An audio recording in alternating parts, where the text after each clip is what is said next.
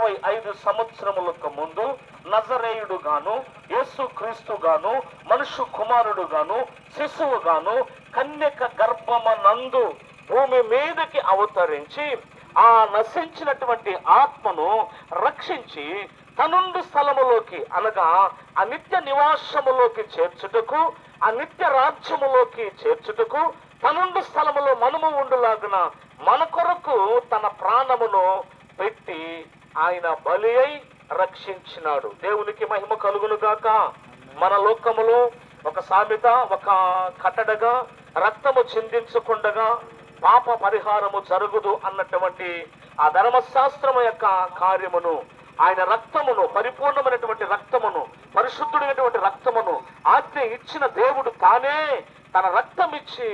తన స్వరక్తం ఇచ్చి ఆ నశించిన ఆత్మను రక్షించడానికి పరము నుండి భూమి మీదకి